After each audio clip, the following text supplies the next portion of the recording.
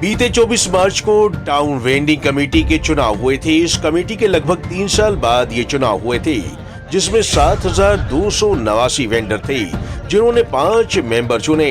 शुक्रवार को इन सभी नए मेंबर्स को सम्मानित किया गया, जिनमें चंचल मावी, मुकेश गिरी और पवन कुमार शामिल थे। इन तीनों की ओर से जीत दर्ज की गई, जिसमें चंचल मावी के सामने चुनावों में कोई भी खड़ा नहीं हुआ, इसलिए वह बिना विरोध की ही जीत दर्ज कर गई। तो वहीं पवन कुमार 300 वोटों से तो मुकेश गिरी ने 289 वोटों से जीत हासिल की। अपनी इस जीत के बाद इन सभी मेंबरों का कहना था कि वह स्ट्रीट वेंडरों की समस्याओं को टाउन वेंडिंग कमेटी में उठाएंगे। स्ट्रीट वेंडर की बहुत ज्यादा समस्याएं हैं, उनके साथ लगातार अन्याय हो रहा है। उन्हें ऐसी जगह दी गई है जहां पर उनका काम नहीं चल रहा है। उनकी ये कोशिश रहेगी कि वे सभी मेंबर के साथ मिलकर काम करेंगे और उनकी समस्याओं का समाधान निकालेंगे। के सर्वे हुए हैं, वहीं उनको दोबारा वहीं बिठा दो। और दूसरा, जैसे लेडीज़ है, बिड्डू है, 60 साल से ऊपर है, लोग विकलांग है, उनकी फ़ीस माफ़ की जाए। ये मेरा सबसे पहला होगा कि फ़ीस माफ़ की जाए उनकी, और जो ज़्यादा फीस बढ़ाई हुई है वो कम की जाए। और जो मैं प्रशासन से एक सवाल पूछना चाहती हूँ कि प्रशासन वेंडरों से फ़ीस ले रहा है, किस बात की ले रहा है फ़ीस? खुले आसमान की फ़ीस ले रहा है, जब वहाँ पे शेड ही नहीं है, बिजली नहीं है, पानी नहीं है। किस चीज़ की प्रशासन फ़ीस, खुले आसमान की फ़ीस ले रहा है? अगर हम वेंडर भाई प्रशासन को फ़ीस दे रहे हैं तो कम से कम उनके लिए बिजली, पानी, धूप से बचने के लिए छत, ये सारी चीज़ें प्रशासन को हमें देनी चाहिए। हम 5 बंदे जो जीत के गए हैं, तो वेंडर भाइयों को बहुत विश्वास है हमारे ऊपर कि ये हमारी आवाज़ अंदर उठाएंगे।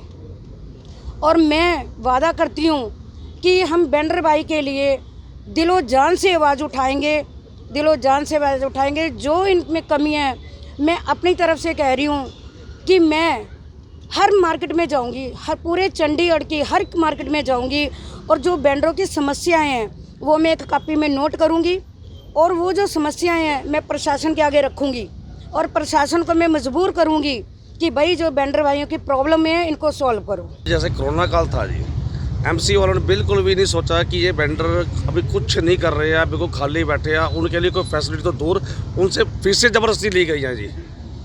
उन्होंने कर्जा लेकर फीसें दिया, किसी ने कैसे कर्जा लिया, किसी ने कुछ किया, घर पे बच्चों के लिए रोटी थी नहीं थी, एमसी वालों ने कुछ नहीं सोचा इस चीज़ के बारे में। और तो और उनको काम तक नहीं कुछ करने दे रहे हैं, कुछ ऐसी साइडें दे दी हैं जिस पे वो जाकर कुछ नहीं कर पा रहे हैं, वो बिल्कुल जैसे जाते हैं वैसे ही वापस आ जाते हैं, खाली उल्टा जेब से पैसे लगा के खर्चा करके आते हैं जी। मैं चाहता हूँ कि ये एमसी वाले जो अपने ऑफिसर हैं वो सुने इस बात को, समझे इस बात को। सुझाव लेने के बाद में सबसे पहले हम प्रशासन के पास जाके उसी चीज़ पे बात करेंगे कि वो मुद्दा ना जो आपने बताया है बहुत बड़ा मुद्दा है। जो हमारे वेंडर भाई 19, 22, 17 के जो वेंडर हैं, उनको 53 सेक्टर है, जैसे 49 सेक्टर है, उनके जंगलों में साइट बना के, इनको साइट बना के बिठाने की कोशिश की इन लोगों ने। तो उनके साथ एक बहुत बड़ा धक्का हुआ है ये। हम उस पर पूरी जान लगाएंगे वेंडर भाइयों के लिए, जो हमारे से हो मिलेगा उस पर ज़्यादा से ज़्यादा काम करेंगे।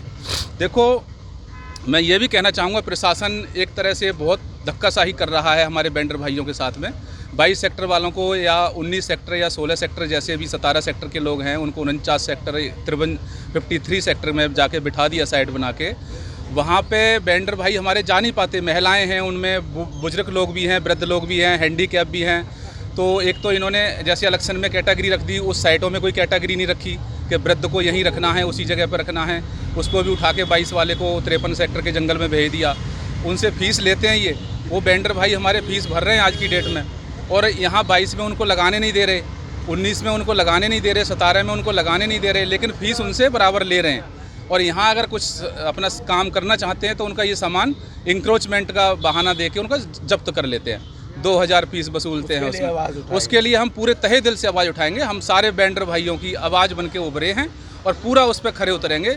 सारी टीम हम मिलके बढ़िया तरह से काम करेंगे उस पर। गौरतलब है कि चुनाव जीतने के बाद सभी ने लोगों को धन्यवाद किया और उनकी समस्याओं को दूर करने का वादा किया। पंजाब केसरी टीवी के लिए चंडीगढ़ से कुलदीप कुमार की रिपोर्ट।